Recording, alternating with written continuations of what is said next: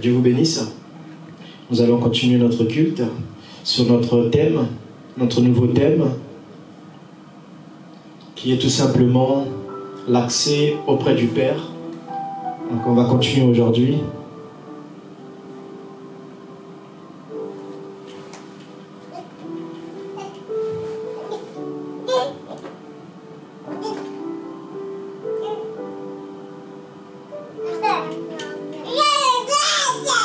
Donc sans plus tarder, on va prendre nos Bibles. Nous allons lire dans Éphésiens chapitre 2, le verset 12e. Nous allons continuer notre thème.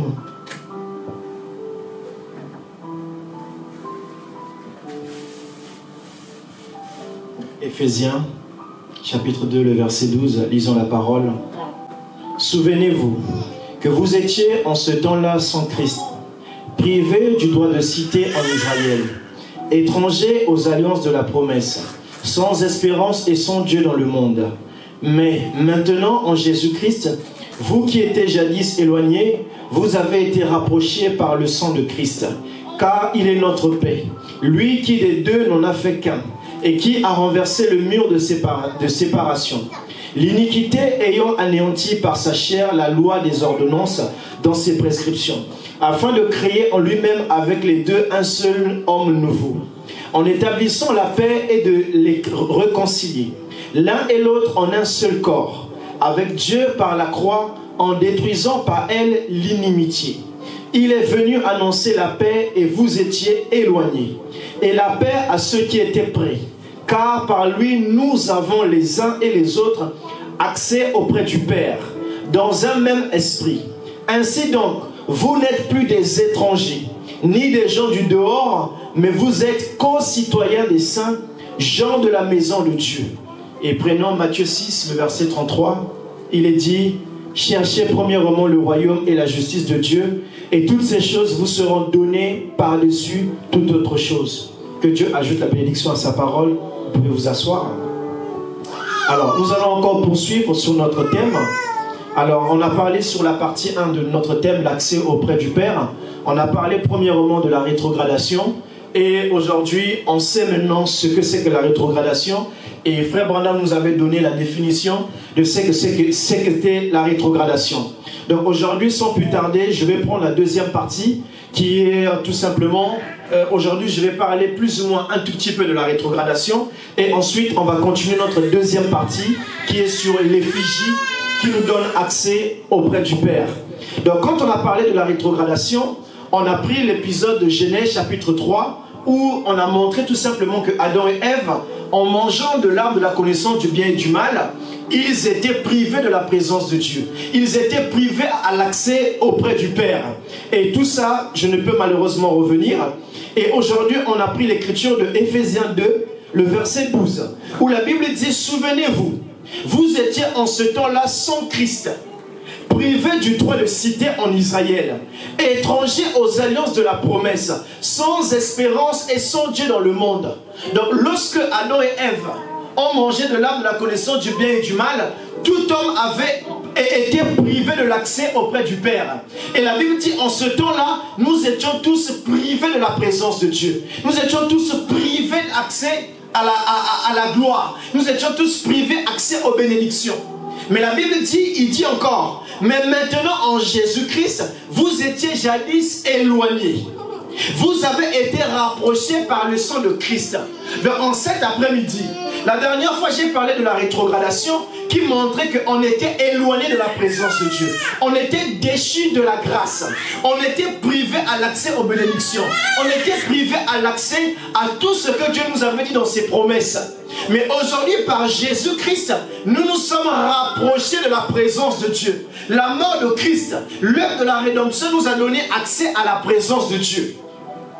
Et c'est là où la Bible dit dans Matthieu 6, il dit, cherchez premièrement le royaume et la justice de Dieu, et toutes ces choses vous seront données par-dessus toute autre chose. Comme jadis, on était privé du royaume, on était privé de l'accès au royaume de Dieu. Raison pour laquelle on n'avait pas accès à toute bénédiction, on n'avait pas accès à toute parole de Dieu, on n'avait pas accès à toutes les promesses de Dieu. C'est pourquoi la Bible dit ici, pour que tu puisses avoir accès à la présence de Dieu, pour que tu puisses avoir accès au surnaturel, pour que tu puisses avoir accès au miracle, que tu puisses avoir accès à la foi, tu dois chercher premièrement le royaume de Dieu et sa justice. Et écoutez, aujourd'hui je vais beaucoup lire Frère Branham. Donc questions et réponses. Il dit sur le Saint-Esprit, au paragraphe 36 à 37, il dit, Dieu a créé toute sa création. Il dit, les a établis chacun sous une loi. La terre est liée au soleil par rotation pendant 360 jours. Donc ici, Frère Branham nous montre que la terre, elle est liée par des lois. De la même manière, pour avoir accès à la présence de Dieu, tu dois aussi avoir accès à la loi de Dieu. Parce que Adam et Ève a été privés de l'accès à la présence de Dieu, parce que la loi disait tout simplement que si tu mangeais de l'arbre de la connaissance du bien et du mal, tu mourras. Donc la loi les condamnait parce qu'ils avaient commis quelque chose que Dieu avait interdit. Parce que Dieu avait créé sa parole avec une loi. La parole de Dieu est une loi. Donc tout ce que nous voyons sur la terre n'est fait que de base sous la loi. Et Dieu ne peut manifester ses promesses que si lui-même ne respecte pas ses propres lois. Et ici, là, Frère Branham dit, Dieu a créé toute sa création, les a établis, chacune sur une loi. Comme aujourd'hui, on peut parler de la loi de la reproduction. Comme aujourd'hui, on peut parler des lois de physique. Comme aujourd'hui, on peut parler des lois du talion. Comme on peut parler des lois de Pythagore. Donc, toute chose a été régie par des lois. Donc, tu ne peux avoir une bénédiction si tu ne respectes pas les lois de Dieu. Si tu ne respectes pas la parole de Dieu. Et Frère Branham dit encore, il dit, la terre est liée au soleil par rotation pendant 360 jours. Du point de vue prophétique, la lune reflète la lumière du soleil et elle garde la marée de la mer. Toute la galaxie vit en harmonie et tous gravitent autour du soleil, formant la première Bible. Donc Dieu a fait en sorte que si aujourd'hui les mers ne débordent pas sur la terre, c'est parce qu'ils sont dirigés par des lois. Si aujourd'hui il ne pleut pas 365 jours, c'est parce qu'il y a ce qu'on appelle les lois des saisons. De la même manière, si aujourd'hui les animaux se reproduisent selon leur espèce, c'est parce que Dieu avait entré le jeu, établi des principes et des lois. Donc pour avoir accès à la présence de Dieu, tu dois entrer dans les principes de Dieu. Tu dois entrer dans les normes de Dieu. Sans respecter les principes, tu ne peux avoir accès à la présence de Dieu. Et Frère Branham montre que lorsque Adam et Ève respectaient les principes de Dieu, lorsque Adam et Ève respectaient la loi de Dieu, ils avaient accès à l'Éden. Ils avaient accès au titre d'autorité incontestable. Ils avaient accès à la parole. Ils avaient accès à la puissance. Ils avaient accès à tout ce qu'ils voulaient. Parce qu'ils respectaient la loi de Dieu. Parce qu'ils respectaient les commandements de Dieu. Mais le jour où Adam et Ève est sorti de cette loi de Dieu et entré dans la loi du péché, la Bible dit qu'il avait été privé de l'accès à la présence de Dieu. De la même manière, mon frère, ma soeur, nous qui voulons être changés, nous qui voulons être impactés, nous qui voulons être bénis, nous devons respecter au préalable les lois et les principes de Dieu. Ici, Frère Branham dit que la terre, en réalité, tourne autour du soleil. De la même manière, en tant que chrétiens, nous devons tourner autour du soleil de justice qui est Christ. Tout ce que nous faisons, Matthieu 6,33 dit, cherchez premièrement le royaume des cieux et quoi? Sa justice. Ça veut tout simplement dire, Christ est le soleil qui est au centre de nos vies. Christ est le soleil qui est au centre de nos activités. Christ est le soleil qui est au centre de nos foyers. Et nous, en tant que chrétiens, dans la loi dans laquelle nous devons être bénis, nous devons tourner autour de Christ. Tourner autour de la parole. Tourner autour de Christ. Aussi longtemps que nous restons près de Christ, nous serons bénis. Nous aurons accès à la présence de Dieu. Mais quand nous nous séparons, quand nous nous éloignons du soleil qui est Christ, à ce moment-là, on ne peut plus bénéficier ses rayons. On ne peut plus bénéficier la chaleur du soleil. De la même manière, aussi longtemps qu'on reste rétrograde, on ne peut bénéficier la chaleur de Christ qui est le soleil de justice. On ne peut bénéficier la protection de Christ. Beaucoup de personnes veulent que Dieu les protège. Beaucoup veulent que Dieu les guérisse. Mais pose-leur la question, est-ce que tu tournes autour du soleil qui est la parole de Dieu? Est-ce que tu as bâti ta vie autour du soleil? C'est pourquoi un chrétien ne doit pas aller très loin du soleil. Parce qu'aller très loin du soleil, c'est aller très loin de la frontière. Et quand tu vas très loin de la frontière, tu t'exposes à la ligne de la démarcation. Donc quand on a parlé de la rétrogradation, pour parler de la rétrogradation a 3 étapes. La première étape, c'est le freinage, où tu ne vas plus à l'église, où tu ne médites plus, ou même encore, tu peux être à l'église avec les Bibles, en train de pousser les Amen, en train de prêcher la parole, mais au niveau de l'esprit, tu as déjà freiné. Tu es déjà allé loin du soleil. Tu t'es déjà éloigné de la présence de Dieu. Tu t'es déjà éloigné de la justice de Dieu. Tu ne cherches plus le royaume et la justice. Parce que tu t'es mis très loin du soleil. Et beaucoup de personnes aujourd'hui veulent que le soleil les bénisse. Veulent que le soleil leur fasse du bien. Mais ils ont pris le dos, ils ont tourné le dos au soleil. Tu ne peux être béni. Et voilà pourquoi les gens rétrogradent. Et de la rétrogradation, premièrement, il y a le freinage. Les gens freinent. Les gens ne veulent plus aller à l'église. Les gens ne veulent plus méditer. Les gens ne veulent plus chanter. C'est parce que les gens ont freiné. Et il y a encore des personnes qui ont ralenti. Et au fur et à mesure que tu freines, au fur et à mesure que tu ralentis, un jour, tu finiras par t'arrêter. Et quand tu finis par t'arrêter, c'est là où Frère Branham parle de la ligne de la démarcation. Un endroit de non-retour. Parce que quand tu freines, Dieu peut encore te rattraper. Quand ici, là, tu ralentis, Dieu peut encore te rattraper. Mais quand tu mets le frein à main, Dieu ne peut plus jamais te rattraper. C'est là où la Bible dit que votre adversaire, le diable, il est comme un lion rugissant. Il cherche quelqu'un qui va le dévorer. Ce sont des personnes qui abandonnent la vie chrétienne. Ce sont des personnes qui abandonnent la vie de prière. Ce sont des personnes qui abandonnent la méditation. Ce sont des personnes qui abandonnent le fait d'aller à l'église. Quand tu renonces de méditer la parole, de lire la Bible, mon frère, tu es déjà allé loin du soleil. Raison pour laquelle, en tant que chrétiens, nous devons rester près du soleil. Parce que c'est la loi dans laquelle Dieu nous a mis. Il dit encore, il dit, lui le soleil de la justice, qui s'est levé avec la guérison sous ses ailes, le poisson dans l'eau vit par une loi qui définit son mode de vie. Donc, si le poisson vit dans l'eau, c'est parce que Dieu avait mis une loi. Et dans cette loi-là, Dieu avait pourvu des nageoires pour que le poisson puisse nager. Donc, si on prend un homme, on le laisse dans l'eau, tu risqueras de mourir. Parce que Dieu ne t'a pas donné des nageoires. Dieu ne t'a pas donné des capacités de pouvoir respirer sous l'eau. C'est impossible. Parce que Dieu a établi toutes choses par les lois. Il y a même des animaux qui vivent sous la terre.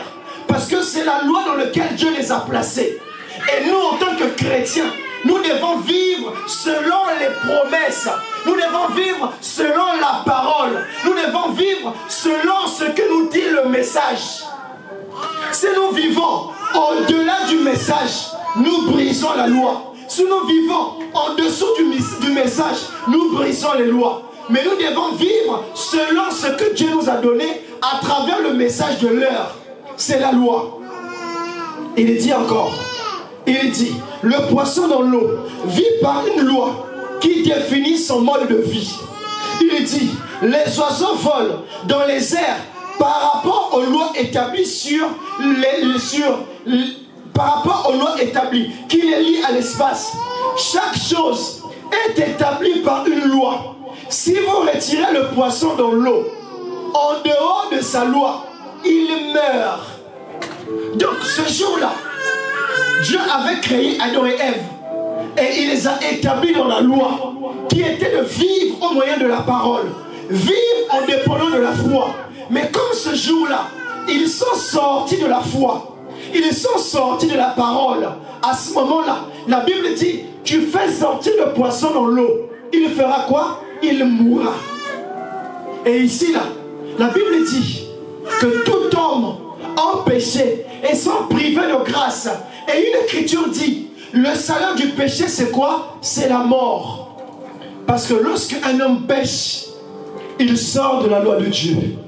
Il sort des principes de Dieu. Alors ce qui lui attend, c'est la loi, c'est la mort. C'est la condamnation. Il est dit encore, il dit, il meurt. Si vous prenez un homme ou un oiseau, vous le plongez dans l'eau, même s'ils ont des masques à gaz pour garder leur souffle pour un temps, mais quand cela finit, cette espèce étrangère dans l'eau finit par mourir.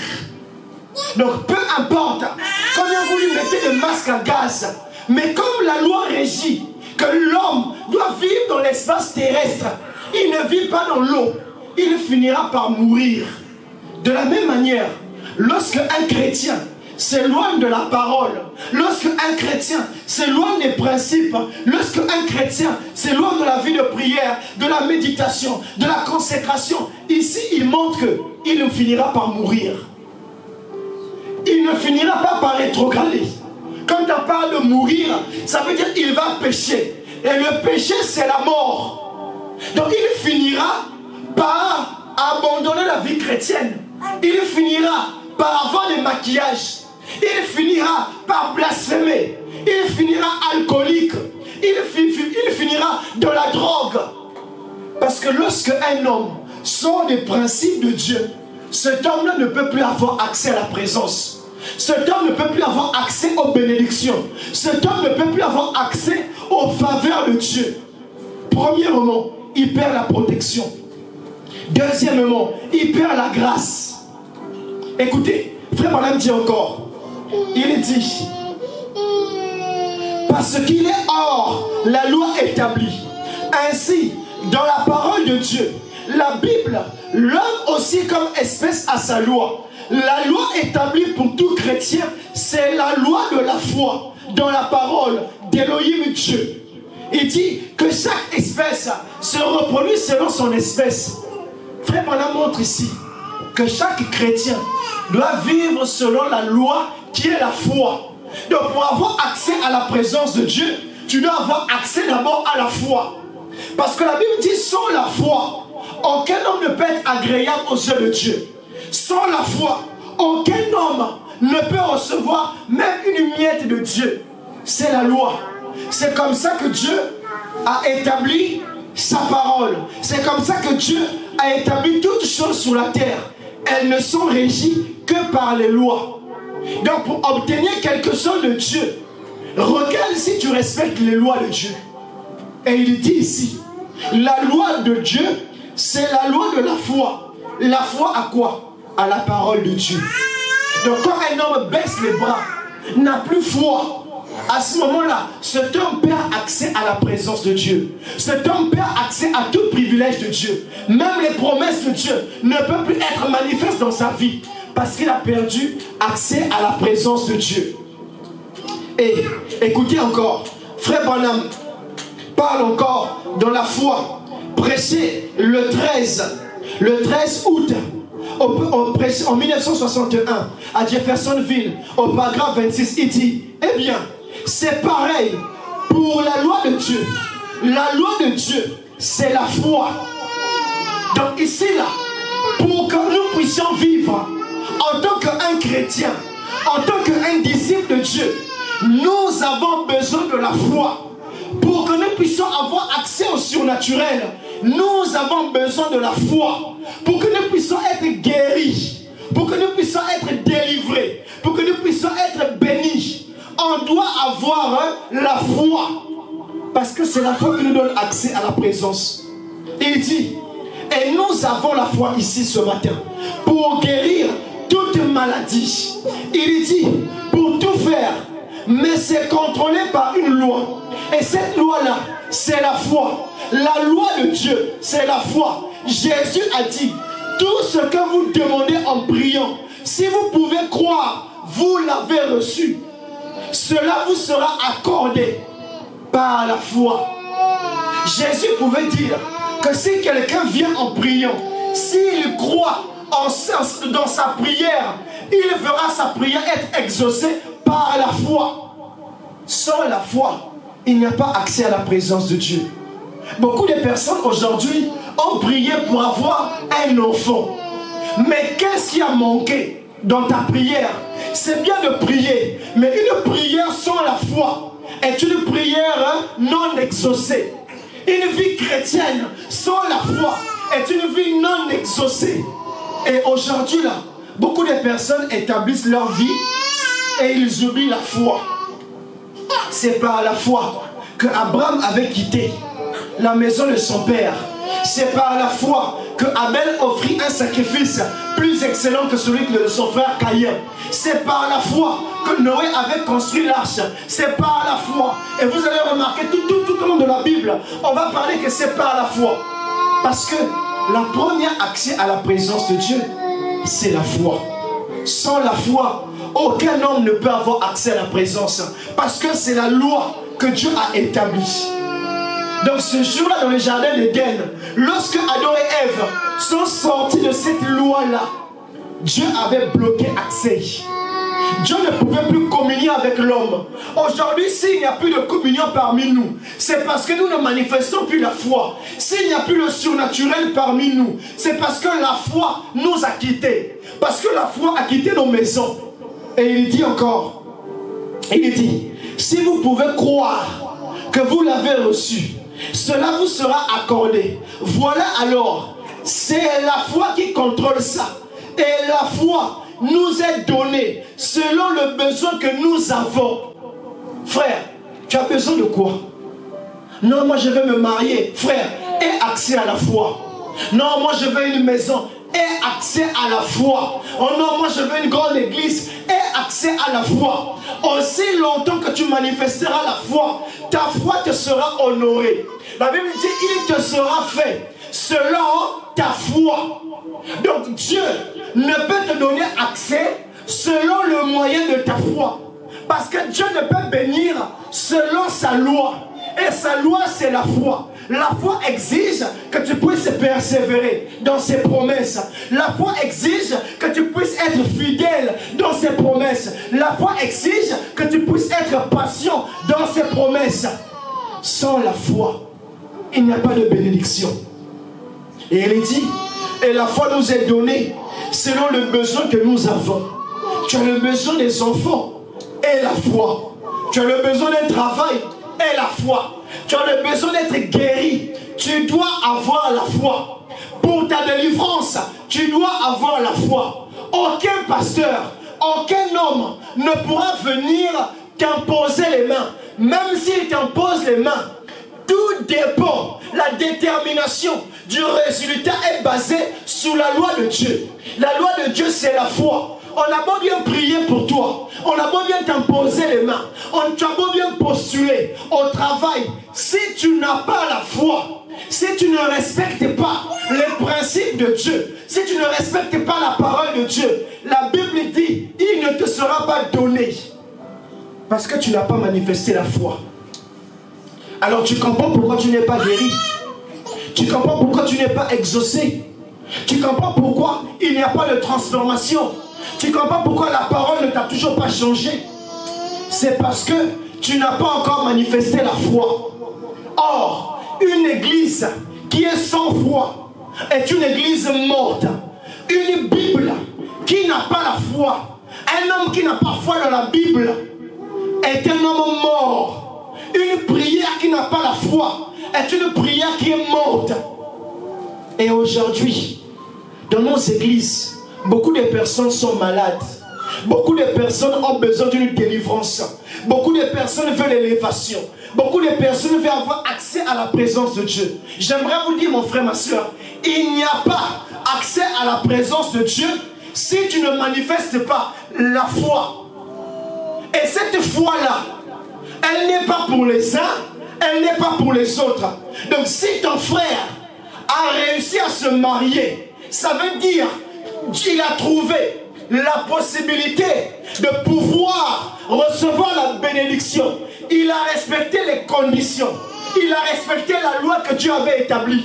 Alors tu as besoin toi aussi de respecter les mêmes principes. Si aujourd'hui, il y a des personnes qui ont eu des CDI, par la foi, toi aussi tu en es capable.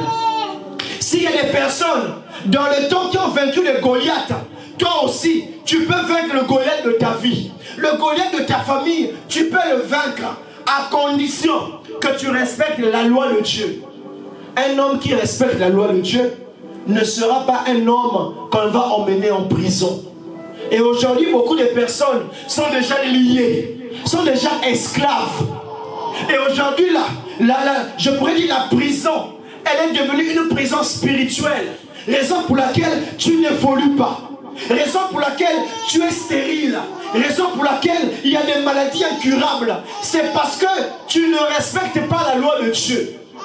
Un homme qui boit, un homme qui fume, la loi exige la finalité. Il finira par taper sa femme. Parce que c'est la loi. L'alcool va l'emmener à taper sa femme. La cigarette va l'emmener à avoir des dépressions. Et ces dépressions vont l'emmener à taper sa femme. C'est la loi. C'est la loi que Dieu a établie. Donc toi qui es alcoolique en cet après-midi, laisse-moi te dire, la loi de la boisson voudra que tu puisses un jour faire un accident de voiture. Et parce que le salaire du péché c'est quoi? C'est la mort. Toi qui continues à fumer, cette cigarette risquera de t'emmener à la tombe. Parce que c'est la loi. Mais si tu veux avoir la vie, tu dois fumer la parole de Dieu. Tu dois boire la parole de Dieu. C'est pourquoi Dieu avait dit à Jean, prends le livre, avale-le, médite-le. Tu vas avoir la vie. Tu vas avoir la vie éternelle. Et respecte la loi de Dieu. Parce que Jean 14 nous dit que celui qui m'aime garde mes commandements et respecte ma loi, garde la foi dans ma parole, garde la foi dans mes principes, garde la foi dans la vie de prière, garde la foi dans la méditation. C'est la loi de Dieu. Et il dit, selon le besoin qui vous sera donné, Dieu donne à certains d'entre vous une certaine portion de foi, à d'autres une autre portion de foi. Ce n'est pas une grande puissance surnaturelle que vous avez. Parce que quand vous devenez chrétien, vous avez déjà la puissance. Oh non frère, je cherche la puissance. Je cherche les démonstrations. La Bible nous montre, frère Branham nous montre que la puissance de Dieu, tu l'as, tu l'obtiens quand tu deviens chrétien. Quand tu acceptes Christ comme étant ton Seigneur et ton Sauveur, tu as automatiquement en toi la puissance. Tu as automatiquement en toi la guérison. Tu as automatiquement en toi le surnaturel. Tu as automatiquement en toi l'élévation. Mais pour que l'élévation, la délivrance, la puissance s'active, tu as besoin de la foi. C'est la foi qui active la délivrance. C'est la foi qui active le surnaturel. C'est la foi qui active le miracle. C'est la foi qui active ton don de prophétie. C'est la foi. C'est la foi qui nous donne accès auprès du Père. Il dit, mais vous manquez de foi pour faire agir cette puissance. Aujourd'hui, ce qui manque à l'église, ce n'est pas tant de miracles. Ce qui manque à l'église, ce n'est pas tant de prophétie. Mais ce qui manque à l'église, c'est la foi qui donne accès à la présence de Dieu. Dieu avait dit dans sa parole, lorsque je reviendrai sur la terre, trouverai-je des miracles? Non. Mais il dit, trouverai-je la foi? Parce que c'est la foi qui nous donne accès à l'enlèvement. C'est la foi qui nous donne accès au surnaturel. C'est la même foi qui a donné l'accès à frère Branham de prier pour un poisson mort et le poisson est revenu à la vie.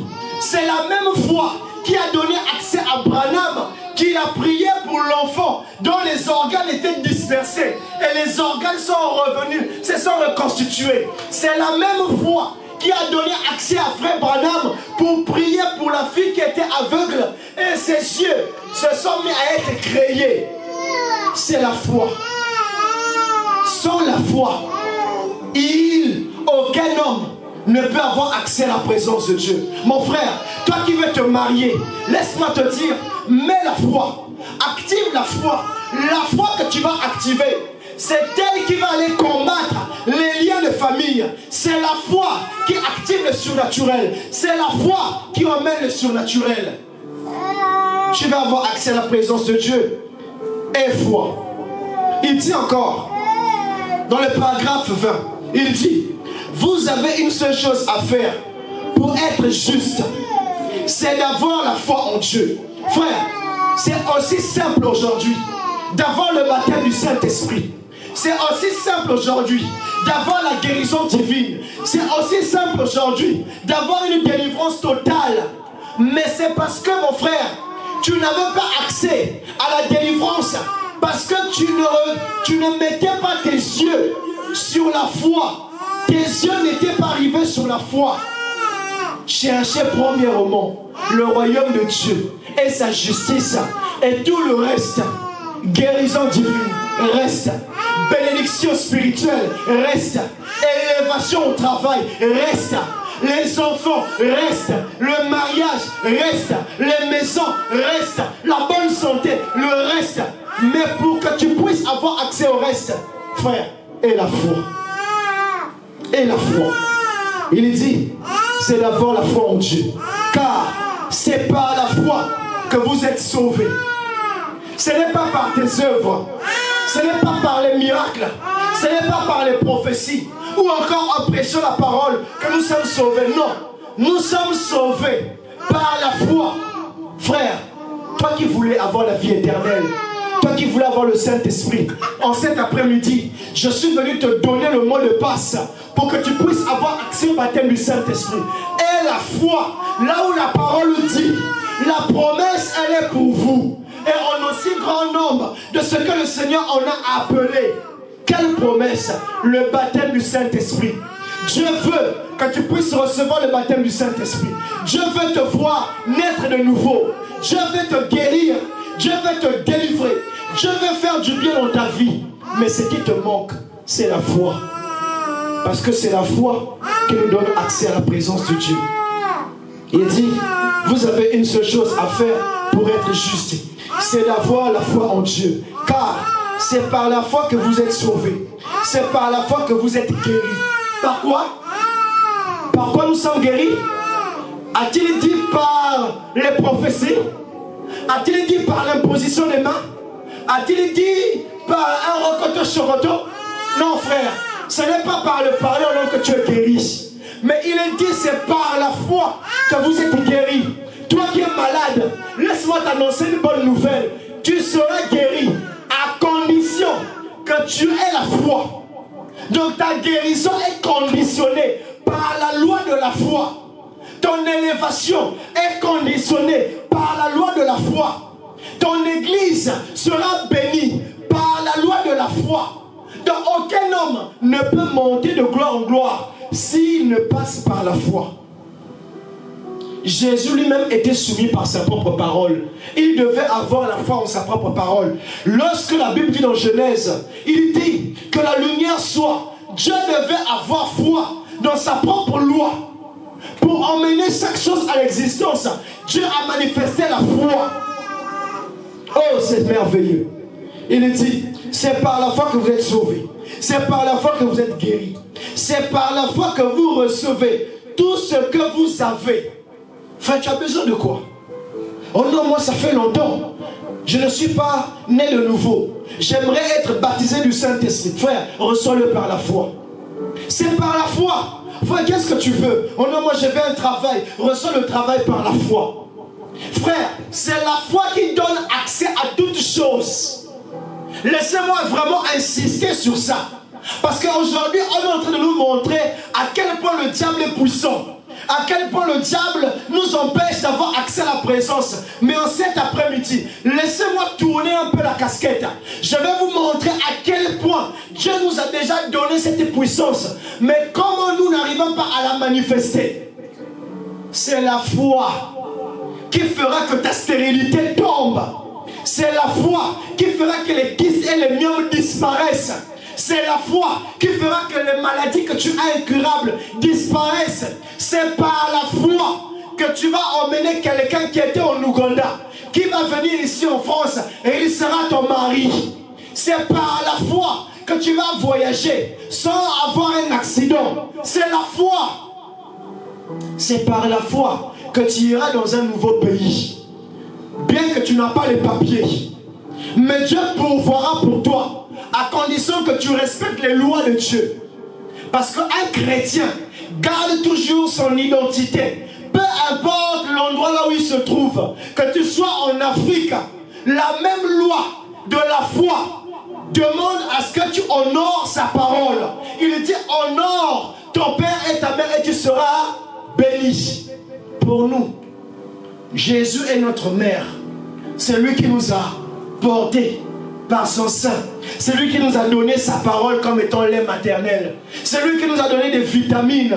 Et par sa grâce, nous sommes en train d'évoluer. Nous sommes en train de grandir. Jésus, la parole de Dieu, lui-même est notre Père. C'est lui-là qui nous donne l'éducation. C'est lui-là qui nous donne comment vivre. C'est lui-là qui nous dit comment nous comporter. C'est sa parole. Alors nous devons l'honorer. Peu importe l'endroit où nous sommes. Peu importe là où nous nous tenons. Partout foulerez la plante de vos pieds. Moi l'Éternel, je vous ai donné. Frère, tu as foulé beaucoup de plantes. Tu as foulé beaucoup d'endroits. Pourquoi on ne t'a pas donné le travail? C'est parce que tu as manqué de foi. Pourquoi tu n'as pas eu accès à ce projet-là? C'est parce que tu n'as pas respecté la parole. Il avait dit à Josué, médite ma parole jour et nuit. Ne t'en détourne ni à gauche ni à droite, mais reste fidèle. Aie la foi dans ma parole. Et c'est en ceci que tu réussiras dans tout ce que tu entreprendras. La foi. La foi. Il dit, c'est par la foi que vous recevez tout ce que vous avez. Il dit, voyez, c'est par la foi que vous le croyez. Alors, crois au Seigneur Jésus-Christ. Toi et ta famille, vous serez sauvés. Oh non, ma mère, elle est en Afrique. Elle ne croit pas la parole de Dieu. Ah, mon frère, toi, continue à croire pour elle. Toi, continue à prier pour elle. Toi, continue à te sacrifier pour elle. Elle finira certainement par croire la parole avant sa mort. Elle finira certainement de donner sa vie à Christ avant sa mort. Oh, mes enfants sont rétrogrades. Mes enfants sont dans le monde. Oui, mon frère. Ils ne sont pas fichus. Ils ne sont juste dans la rétrogradation. Mais toi, continue à prier. Continue à activer la foi. C'est la foi qui sera la houlette et le bâton qui va les ramener à la maison. C'est la foi. C'est la même foi dont je vous parle qui a donné accès au salut des enfants d'Ati White. Parce qu'elle avait cru dans l'homme de Dieu. Et comme elle a eu foi à la parole de Dieu, la parole lui a donné accès au salut.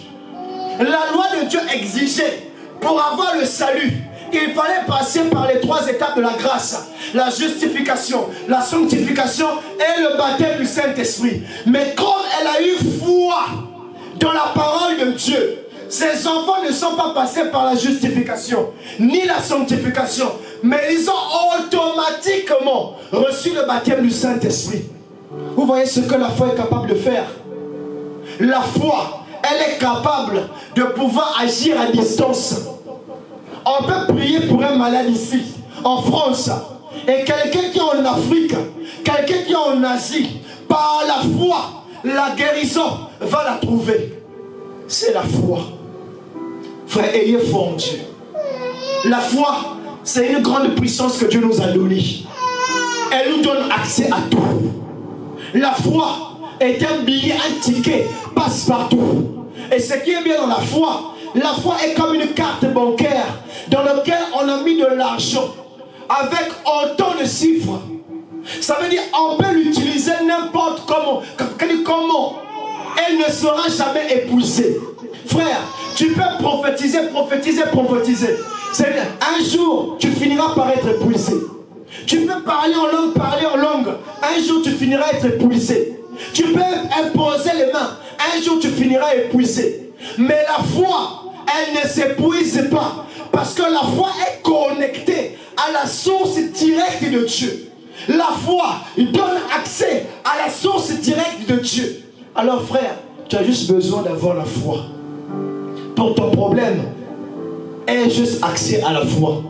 Pour ta maladie, laisse-moi te dire encore, aie juste accès à la foi. Pour ta famille, aie juste accès à la foi. Pour tes enfants, aie juste accès à la foi. Parce que c'est la foi qui nous sauve. Écoutez encore, c'est merveilleux. Frère Branham dit encore, dans questions et réponses sur le Saint-Esprit, au paragraphe 36 à 37, il dit, Dieu a créé toute sa création, les a établis chacune sous la loi. Et il dit encore, dans le temps et le signe de l'union, prêché le 18 août 1963 à Jeffersonville, il dit au paragraphe 81, suivez bien, il dit, c'est comme lorsqu'on parle d'un service funèbre, de la sève qui descend dans la tombe, au fond des racines de l'arbre, attendons là la résurrection pendant le printemps. C'est une loi de Dieu. Donc lorsque la sève attend le printemps, il dit c'est la loi de Dieu. Et il dit encore, il n'y a aucune intelligence qui peut faire descendre la sève là-bas. Il n'y a aucune, frère, il n'y a aucune intelligence que tu puisses avoir tes diplômes, bac plus 21, que tu puisses avoir un long CV. Frère, il n'y a aucune sève, il n'y a aucune puissance en dehors de la foi qui te fera aller là-bas trouver le travail. Il n'y a aucune autre puissance qui fera descendre ta prière pour être exaucée. Il n'y a aucune autre puissance en dehors de la foi qui pourra changer là ta stérilité. Il dit, il n'y a aucune autre intelligence qui peut faire descendre la sève là-bas. Frère, il n'y a aucune autre intelligence. Il n'y a aucune autre église. Il n'y a aucun pasteur qui peut faire descendre ta prière à la source, à l'économie de Dieu. C'est la foi. C'est la foi qui te conduit à la source même de Dieu. C'est la foi qui fait descendre tes pensées à la source de Dieu. C'est la foi qui fait descendre ta vie à la source de Dieu. Frère, tu veux un cantique nouveau. Et la foi. Et la foi va te conduire jusqu'à la source, la fontaine de Dieu. Et à ce moment-là, tu seras inspiré. Tu auras un nouveau cantique qui va impacter le monde. Tu veux un nouveau thème. Ne va pas copier chez les dénos. Ne va pas copier à gauche. Frère, nous avons une source inépuisable. Mais pour que tu puisses avoir accès à cette source, est tout simplement la foi. Et il dit, il n'y a aucune intelligence qui peut faire descendre la sève là-bas. Frère, il n'y a aucun fétiche de ta famille qui peut faire de toi un homme sauvé. Il n'y a aucun lien de famille qui peut t'emmener à l'élévation. Laissez-moi vous le dire. Il n'y a aucun lien de famille qui peut t'emmener à être un Joseph. Il n'y a aucun lien de famille qui peut t'emmener à l'enlèvement. Il n'y a aucune église qui peut t'emmener à l'enlèvement. Mais ce qui nous emmène à l'enlèvement, c'est la foi dans la parole de Dieu. Oh non, mon pasteur presse bien. Frère, il n'a pas la puissance pour t'emmener là-bas. Pour que tu puisses arriver là-bas, tu dois avoir foi dans ce qu'il te prêche. Tu dois croire dans la parole qu'il te donne. Aussi longtemps que tu crois dans la parole, tu vivras. Tu doutes, tu mourras. C'est la loi. Alors en cet après-midi, tu crois ou tu doutes? Tu es venu dans l'expectative ou dans les doutes? Beaucoup de personnes viennent à l'église, mais en ayant des doutes. Tu dois croire dans le messager que Dieu a placé devant toi, l'honorer, le respecter, parce que c'est la loi que Dieu a établie. Quand tu as foi en lui, quand il t'imposera les mains et que tu as foi dans sa prière, là tu seras délivré. Mais ce n'est pas sa prière qui délivre, mais c'est la foi dans sa prière. Longtemps, on nous a fait comprendre que c'était les pasteurs qui délivraient. C'était les pasteurs qui chassaient les démons. Non. C'était si tu avais la foi dans l'homme de Dieu. Même un fou peut prier pour toi. Si tu as la foi dans ce fou-là, tu seras guéri. C'est la loi de Dieu. Il dit, aucune intelligence qui peut faire descendre la sève là-bas en bas. On ne peut pas non plus l'en retirer. On ne peut pas l'extraire. Il n'y a aucun moyen de faire mieux que Dieu. Il y a quoi? Non, lisons-le. Il n'y a aucun moyen de faire mieux que qui? Frère, non, lisons-le encore. Il y a quoi? Il n'y a aucun moyen de faire mieux que... Frère, tu peux aller voir le féticheur du quartier. Il n'y a aucun autre moyen pour faire mieux que Dieu. Tu veux un travail avec beaucoup de succès. Il n'y a aucun autre moyen que Dieu. Tu veux le mariage. Il n'y a aucun autre moyen que Dieu. Tu veux quoi? L'accès à la présence de Dieu. Il n'y a aucun autre moyen que Dieu. Mais comment cela est possible que toi, pasteur, tu vas aller toucher le feu étranger, alors qu'il nous est dit, il n'y a aucun autre moyen de faire mieux que Dieu. Frère, il n'y a aucun autre moyen de faire mieux que Dieu. Il n'y en a pas. Beaucoup de personnes pensaient dans le temps aller chez les féticheurs pour trouver mieux. Il n'y a aucun autre moyen que Dieu. Il n'y en a pas. La scolarité que tu as, il n'y a aucun autre moyen que Dieu. Le souffle de vie que tu as, il n'y a aucun autre moyen que Dieu. Même la maison que tu as, il n'y en a aucun autre moyen que Dieu. C'est lui le protecteur, celui qui te protège, celui qui te garde, celui qui te délivre. Il n'y a pas un autre moyen que Dieu. Alors comment ne pas l'aimer? Comment ne pas s'attacher à lui? Il n'y a aucun autre moyen de faire mieux que Dieu. Cherchez. Les hommes ont cherché. Raison pour laquelle aujourd'hui là, les scientifiques veulent envoyer les gens à la planète Mars. Oh non, la fin du monde est proche. On est en train de voir le réchauffement climatique. Donc, on doit déjà commencer à préparer une autre avenir. Donc, on va essayer de trouver s'il y a des possibilités de vivre sur Mars, sur Jupiter, sur Saturne. Il n'y a aucun autre moyen de faire mieux que Dieu. Et Dieu a déjà dit que la terre passera.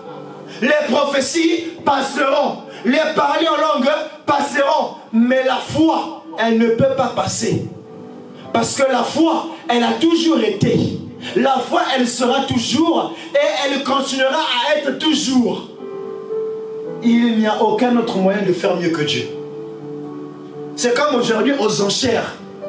Quelqu'un dit, moi je veux le mariage. Dieu dit, ok, lançons les enchères. Les féticheurs disent 10. Les francs-maçons disent 20. Là-bas, là, la sorcellerie te dit je ne sais pas combien. Mais Dieu te dit, mon frère, toi-même mets le prix. Je te donne les chèques à blanc. Toi-même mets les chiffres. Il dit parce que j'ai une banque centrale. Cette banque ne sera jamais épuisée. Il te dit, mon frère, il n'y a pas d'autre moyen. Viens par moi. C'est pourquoi, mon frère, je t'appelle à venir à Christ. C'est Christ qui donne accès à tout. L'intelligence pour les enfants. Il n'y a pas mieux que Dieu. C'est Dieu qui donne l'intelligence aux enfants. La grande destinée, c'est Dieu qui fait tout. C'est pourquoi j'invite tout un chrétien, toute une chrétienne à venir à Christ. Parce qu'il n'y a pas mieux. C'est pourquoi on l'appelle la bonne nouvelle. Il n'y a pas meilleur. À gauche, à droite, c'est la mort. À gauche, à droite, c'est le stress. À gauche, à droite, c'est l'argent. Mais Dieu, il dit, je vous donne ma paix qui surpasse toute autre chose. C'est ça. Il n'y a aucun autre moyen de faire mieux que Dieu. Il dit, Dieu a la manière parfaite. Quelqu'un dit avec moi, Dieu a la manière parfaite. La manière parfaite pourquoi? Pour tes économies. Frère, tu peux bien économiser ton argent. J'ai vu un documentaire, quelqu'un en Afrique, pauvre de lui, il a économisé de l'argent pendant des années. Et cet homme avait plus de 60 ans. Et un jour, il est parti pour aller creuser, là où il avait mis les sacs d'argent, les lingots. Il arrive là-bas, frère, cette nuit-là, la pluie avait tout emporté. Cet homme s'est retrouvé avec 0 €. Pourquoi? Parce qu'il pensait mieux conserver l'argent sous le sol. Frère, c'est faux. Tu as beau bien garder l'argent sous le sol, il y aura des inondations, ça va être balayé. La sécurité, c'est Dieu. Dieu a la meilleure manière de te sécuriser. Dieu a la meilleure manière de te sauver. Dieu a la meilleure manière de te protéger, à condition que tu respectes sa loi. Et sa loi, c'est la foi. Il dit, Dieu a la manière parfaite, la santé que tu as. Dieu a la manière parfaite de faire en sorte que tu vives même 200 ans. Il a la manière parfaite. Tes enfants, pour qu'ils ne puissent pas tomber malades, même voir un médecin, Dieu a la manière parfaite.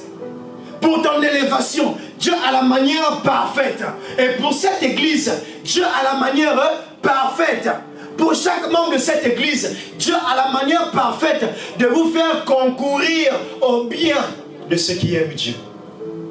Dieu vous fera concourir toutes ces choses qu'il a promis. Il vous fera les conquérir, mais à condition que vous ayez accès à la présence par la foi. Il a la meilleure manière. Pour te donner le Saint-Esprit, Dieu connaît. Pour te donner un mari capable, Dieu connaît. Pour faire de toi un John Charita, Dieu connaît la meilleure manière. Ça veut dire, aujourd'hui, la loi fait que pour être quelqu'un d'honorable, tu dois passer par le processus de l'école. Frère, ça c'est ce que la loi exigeait.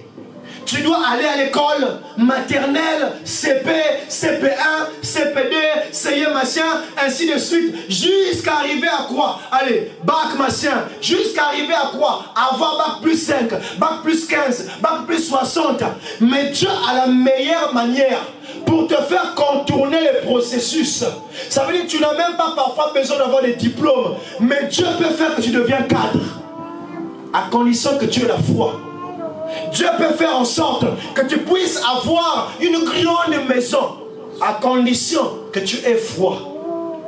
C'est la foi qui peut faire d'un homme devenir riche, sans pour autant méditer. Mais tu peux dormir, Dieu te donne un songe, comme il avait donné à Joseph. Dans le temps, comment Joseph était devenu quelqu'un d'important? C'est parce que Dieu lui avait donné l'interprétation du rêve du roi. Et aujourd'hui là, j'aimerais vous dire, Dieu a la meilleure manière parfaite de le faire aussi. Il est le même Dieu. Et Hébreu nous dit, il est le même hier, aujourd'hui et pour toujours. Il ne change pas. Mais à condition, respecte les lois de Dieu. Respecte les principes de Dieu. Aie foi dans sa parole. Il dit, ainsi, lorsque les feuilles tombent, alors il envoie la sève dans la tombe et la cache. Comme Job disait, cache-moi dans la tombe jusqu'à ce que ta colère soit passée. Job savait. Job connaissait la loi de Dieu. Ce jour-là, Dieu avait privé l'homme de l'accès à la présence de Dieu parce qu'il était un Dieu en colère. Quand un homme brise les principes de Dieu, les commandements de Dieu, Dieu est en colère.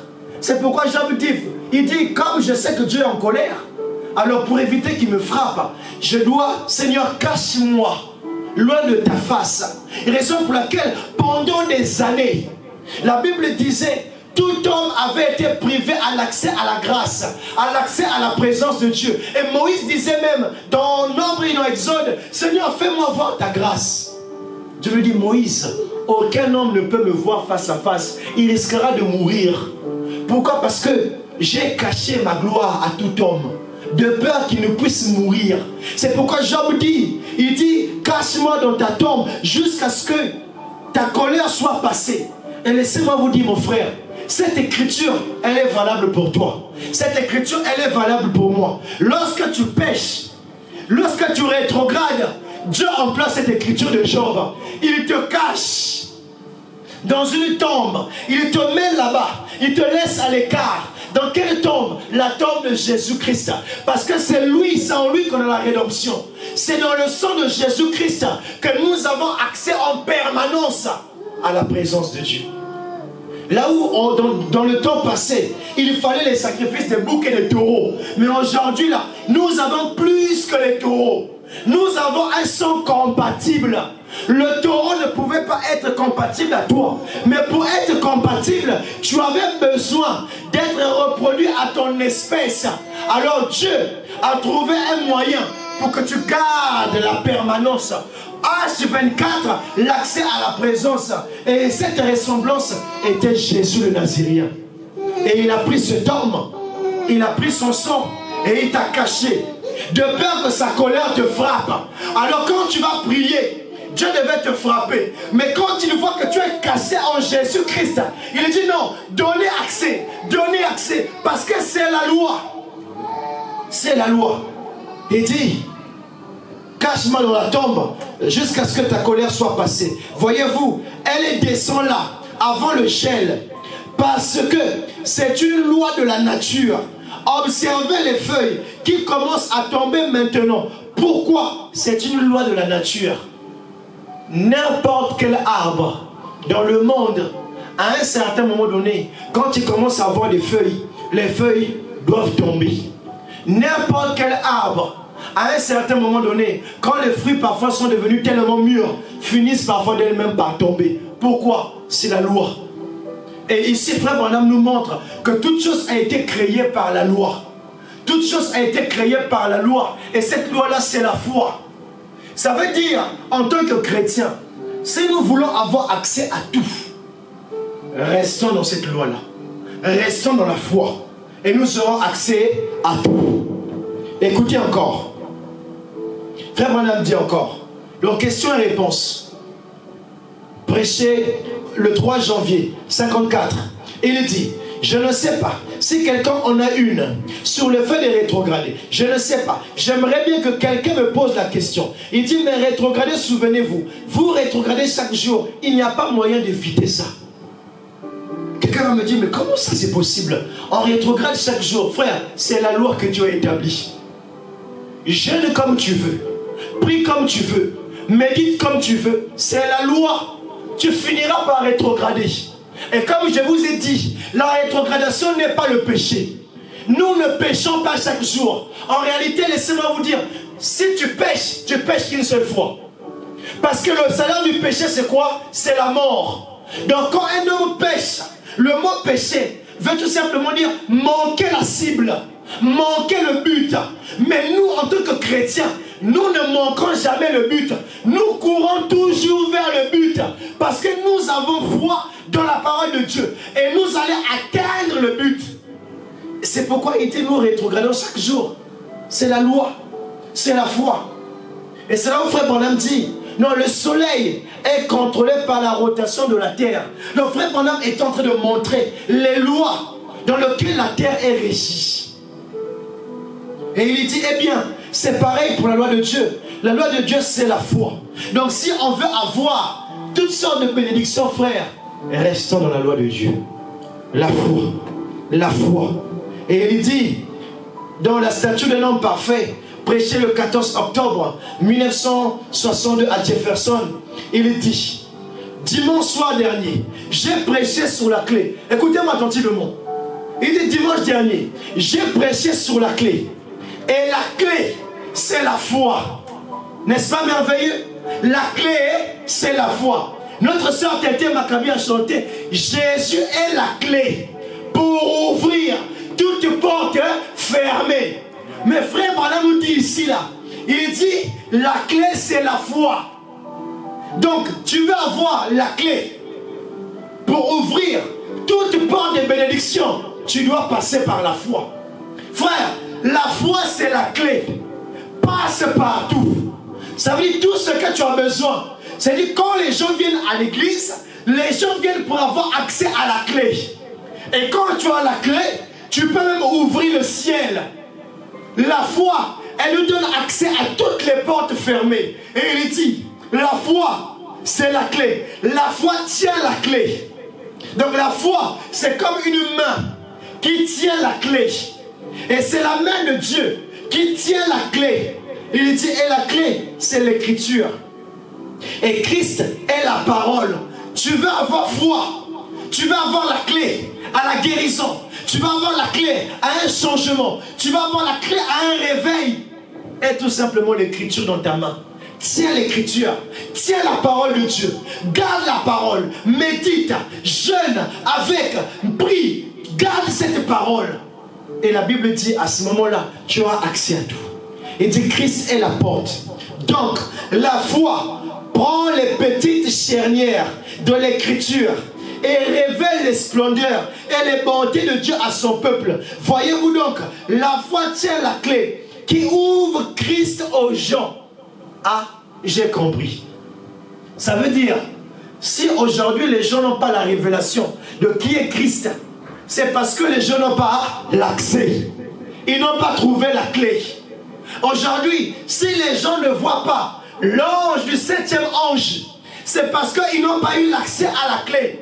Si aujourd'hui les gens ne comprennent pas Luc 17 et 30, c'est parce qu'ils n'ont pas eu accès à la clé. Si les gens ne comprennent pas Apocalypse 10, 7, c'est parce qu'ils n'ont pas l'accès à la clé. Si les gens ne comprennent pas Malachie 4, c'est parce qu'ils n'ont pas accès à la clé. Mais nous avons reçu un homme qui nous a donné la clé. Il nous a donné accès à toutes choses. Et on a vu cet homme, la divinité corporellement en lui. Donnons accès à toutes choses. Donnez accès aux écureuils. Donnez accès aux aveugles. Donnez accès aux paralytiques. Nous avons même vu des mains pousser, des pieds pousser, parce que cet homme avait accès à la clé. Et comme il avait accès à la clé, il pouvait dire, voyez-vous ses yeux? Là où Moïse n'avait seulement vu que son dos. Mais en cet âge, nous avons reçu l'homme qui a eu la clé dans la main. Il nous dit, voilà les yeux.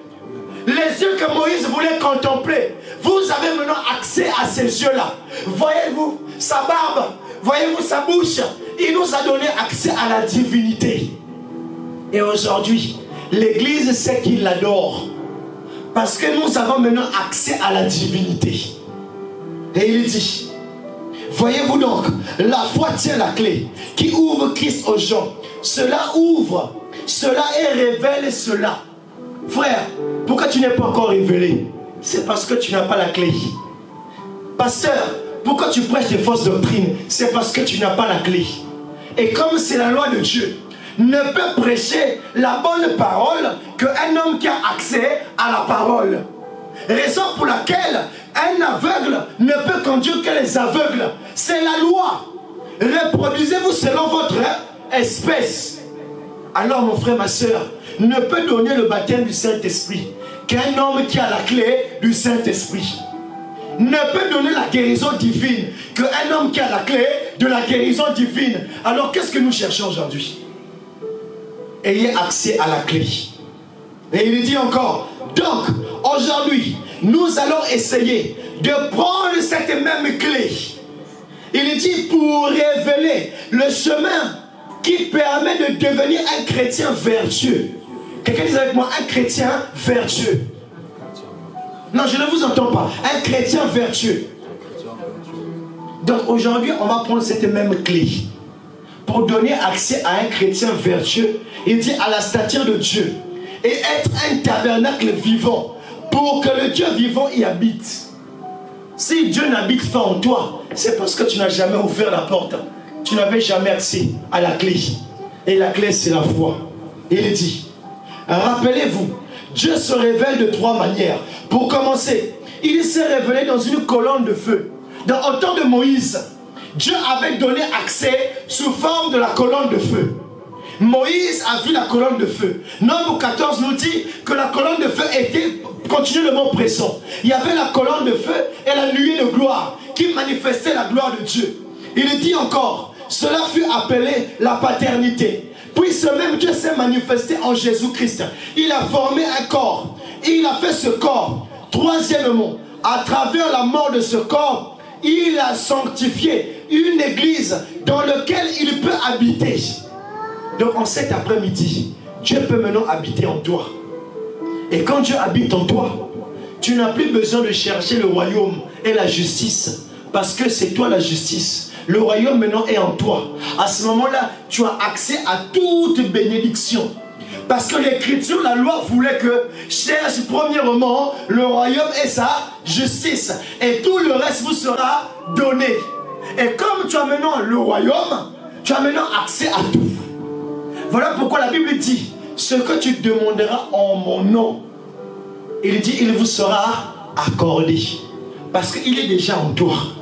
Et il dit encore, il dit, il a sanctifié une église dans laquelle il peut habiter. C'est Dieu au-dessus de nous.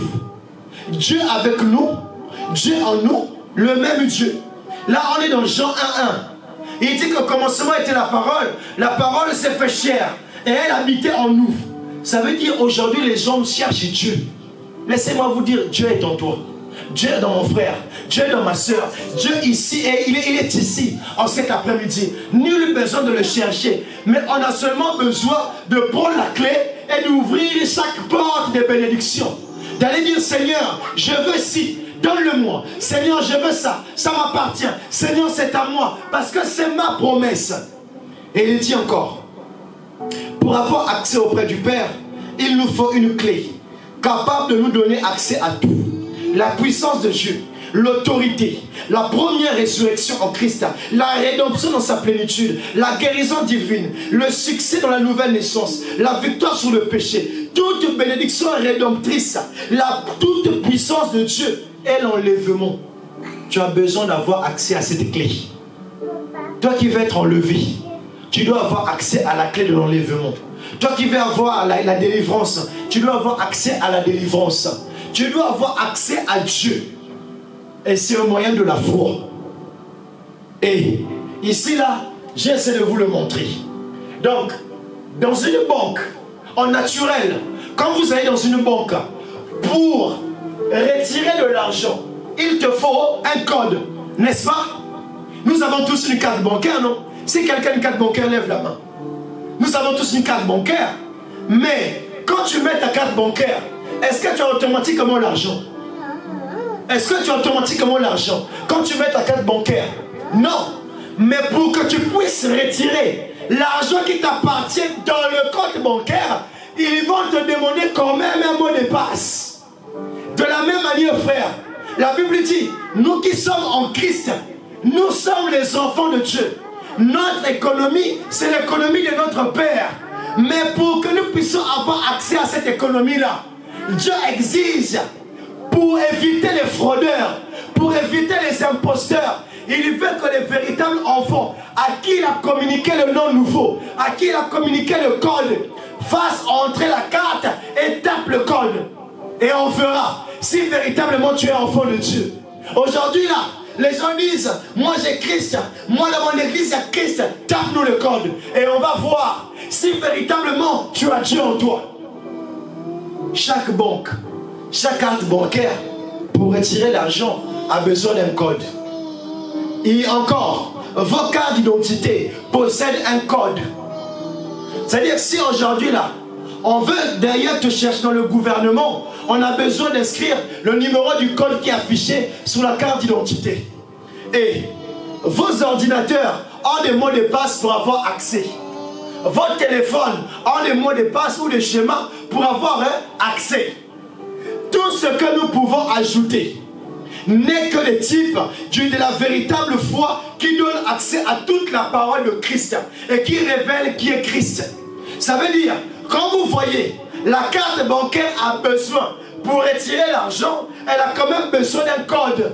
Ça veut dire, pour aller retirer la guérison divine de la banque centrale de Dieu, tu as besoin de taper le code qui est le nom de Jésus-Christ. Un nom à 5 lettres. Que David, ce jour-là, lorsqu'il devait lutter contre Goliath, il avait la carte bancaire en lui. Il savait que j'étais capable de faire sortir la délivrance de tout un peuple. Il est allé dans l'eau. David a ramassé 5 pierres. Et les 5 pierres que David a ramassées, frère, on a nous dit, c'est le nom de Jésus-Christ, composé en 5 lettres, le J, le E, le S, le U et le S. Quand vous avez ce nom-là, cette clé-là, elle donne la porte à tout accès. Goliath ne peut tenir devant vous. Et David, il lui a suffi de prononcer une seule fois le nom de Jésus. La Bible dit, Goliath était terrassé. Parce qu'il avait utilisé une seule pierre. Il avait quoi? Le code.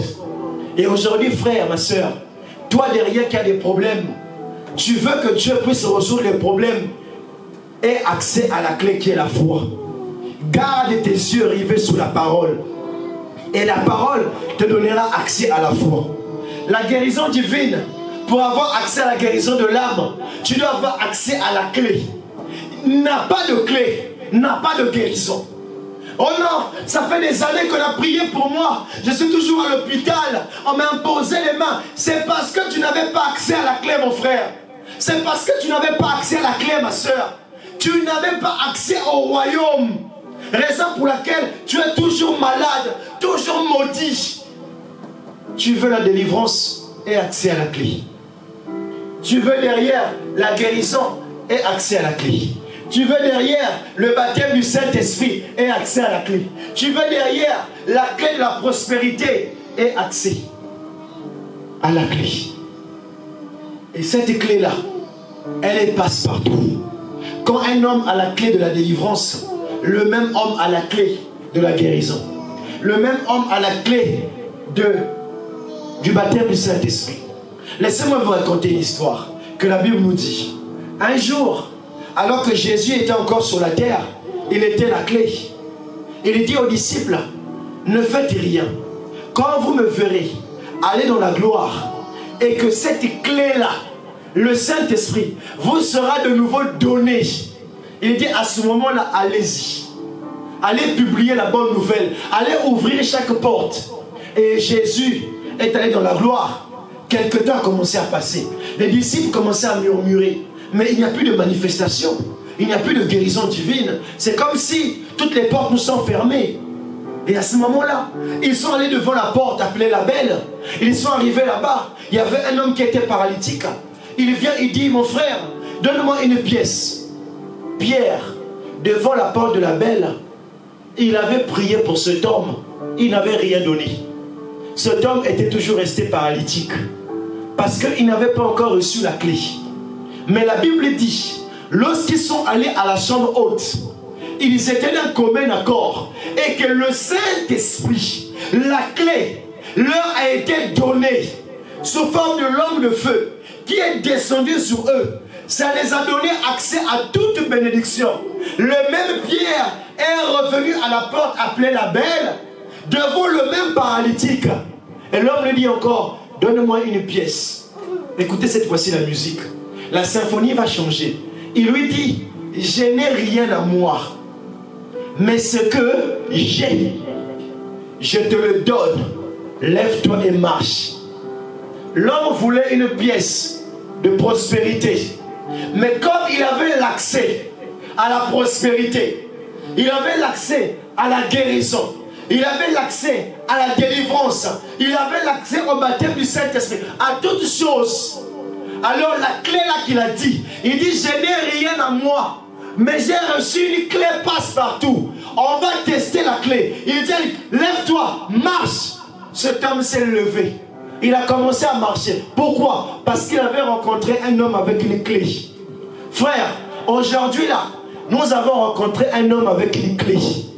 Pendant des âges, il y avait des hommes qui marchaient. Il y avait des hommes qui parlaient. Au temps de Noé, il y avait la parole qui se manifestait. Au temps de Moïse, il y avait la parole qui se manifestait. Même au temps de Moïse, il y avait la colonne de feu qui donnait accès à la mer Rouge. Mais en ce temps de la fin, nous avons eu accès à un homme qui avait sur lui une cruche. La colonne de feu sur sa tête, donnant accès à toute bénédiction. Quand vous le voyez, frère, le paralytique doit de nouveau marcher. Parce qu'on a eu accès à tout. Et aujourd'hui là, Dieu nous donne accès à tout. Et le code, c'est la foi. Tape seulement la foi, tu auras accès à tout. C'est la foi qui nous donne accès à tout. Je vais bientôt terminer. Alors, frère Branham dit donc, écoutez-le. Prêché le 13 mars 1960. Il dit, la chose, je pense, que Dieu faisait ici, une chose sur laquelle j'aimerais attirer votre attention également, c'est que Dieu, je crois, essayait de placer ou de conformer à ses propres lois. Il doit vivre dans le cadre de ses propres lois. Même Dieu doit vivre par la foi. Donc pour que Dieu puisse intervenir sur ton cas, pour que Dieu puisse donner accès à la présence de Dieu, même donner accès à la présence, Dieu doit aussi respecter la foi. Parce qu'on ne donne pas accès n'importe comment. Ce jour-là, la voix a été criée. Porte, élevez vos linteaux. Que le roi de gloire fasse son entrée. Jésus voulait entrer dans la gloire. Jésus voulait avoir accès à la présence du Père. Il voulait repartir dans sa gloire. Il dit quoi? Il dit même aux anges, élevez vos linteaux, dégagez le passage, je vais entrer dans mon temple. Même les anges vont lui dire, qui est le roi des gloires, qui doit faire son entrée? Il devait décrire son identité. De la même manière, en tant que chrétien, lorsque nous nous trouvons face à une situation, Dieu veut nous donner accès à cette solution. Mais la condition, c'est est-ce que tu vas manifester la foi de la solution? La solution, elle existe. Mais la foi de la solution, c'est à toi de la créer. La solution de la guérison existe. Mais la foi qui crée la guérison, c'est à toi de la créer. J'aimerais que la prospérité existe. Mais pour emmener la prospérité, tu dois avoir la foi de la prospérité. Tout est loi. Et Dieu doit respecter sa propre loi. Il dit, c'est la raison pour laquelle je crois que Jésus-Christ était plus qu'un prophète. Donc de la même manière, Jésus, pour racheter l'humanité, il devait passer par la même loi qui était de mourir comme le grain de blé et de revenir à la vie. C'est les lois. Et il dit encore, Jésus était plus qu'un prophète. Jésus était Dieu fait chair. Dieu n'aurait pas pu envoyer quelqu'un d'autre, né d'un homme et d'une femme, pour prendre la place et pour engloutir la mort. Non, parce que Dieu devait subir sa propre punition. Dieu ne pouvait pas mourir en esprit. C'est pourquoi il devint chair et habita parmi nous, afin de prendre sur lui la mort. Et notre condamnation fut placée sur son précieux corps. Il mourut pour nous tous. Là, dans ce précieux corps qui était assis à la droite de sa majesté ce soir, Dieu ne peut plus regarder la maladie. Elle est condamnée. Frère, je suis malade. Frère, Dieu ne peut plus regarder la maladie. En donnant Jésus-Christ comme étant un corps qui habitait parmi nous, il a emporté avec lui la maladie. Alors laisse-moi te dire, toi qui es malade, tu es guéri. Toi qui as besoin de la délivrance, tu es délivré. Toi qui es stérile, tu auras des enfants. Toi qui es chômeur, tu auras la prospérité. Toi qui veux l'élévation, reçois l'élévation. Parce que Dieu, en mourant à la croix, il a apporté toutes sortes de choses qui nous condamnaient. Oh non, j'ai encore des cauchemars. Frère, reçois la paix du cœur. Oh non, j'ai encore les liens de famille. Sois délivré. Parce que Christ a englouti les liens de famille avec lui.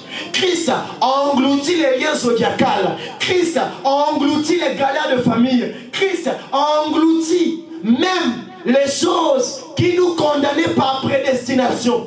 Christ les a engloutis. C'est pourquoi il est venu mourir pour toi et pour moi. Pour que nous puissions avoir accès à tout. La résurrection, ou encore l'heure plutôt de la rédemption. En fait, on ne le comprend pas bien. L'œuvre de la rédemption nous donne accès à la présence du Père.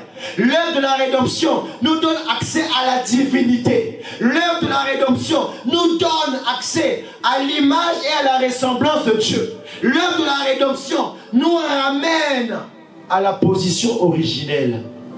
L'œuvre de la rédemption emmène la délivrance dans l'Église. L'œuvre de la rédemption emmène le changement comportemental. L'œuvre de la rédemption donne le baptême du Saint-Esprit. L'œuvre de la rédemption libère. L'œuvre de la rédemption, derrière, faut accoucher les femmes. L'œuvre de la rédemption emmène un changement. Là où il y avait la mort, la vie entre.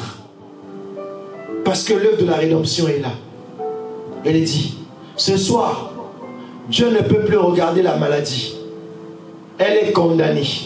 Il ne peut plus regarder le péché. Il est condamné. Il y a le rachat.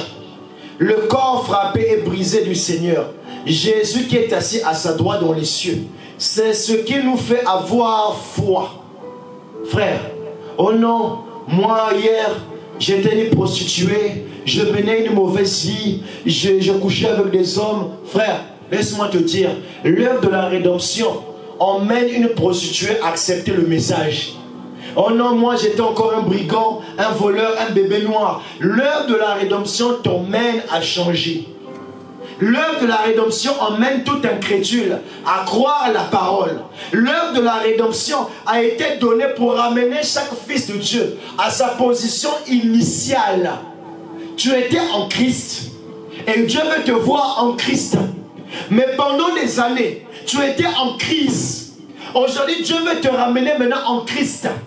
Raison pour laquelle il avait envoyé l'œuvre de la rédemption. Tu ne peux pas rester seulement dans la maladie. Je suis venu t'annoncer déjà la fin de ta maladie. Je suis déjà venu t'annoncer la fin des galères. Je suis déjà venu t'annoncer la bonne nouvelle que la maladie n'a plus d'effet sur toi. Le chômage n'a plus d'effet sur toi. Les problèmes de prospérité ici, là. Les problèmes de prospérité. Je n'ai rien à moi. Mais ce que j'ai, la clé qui ouvre toutes les portes.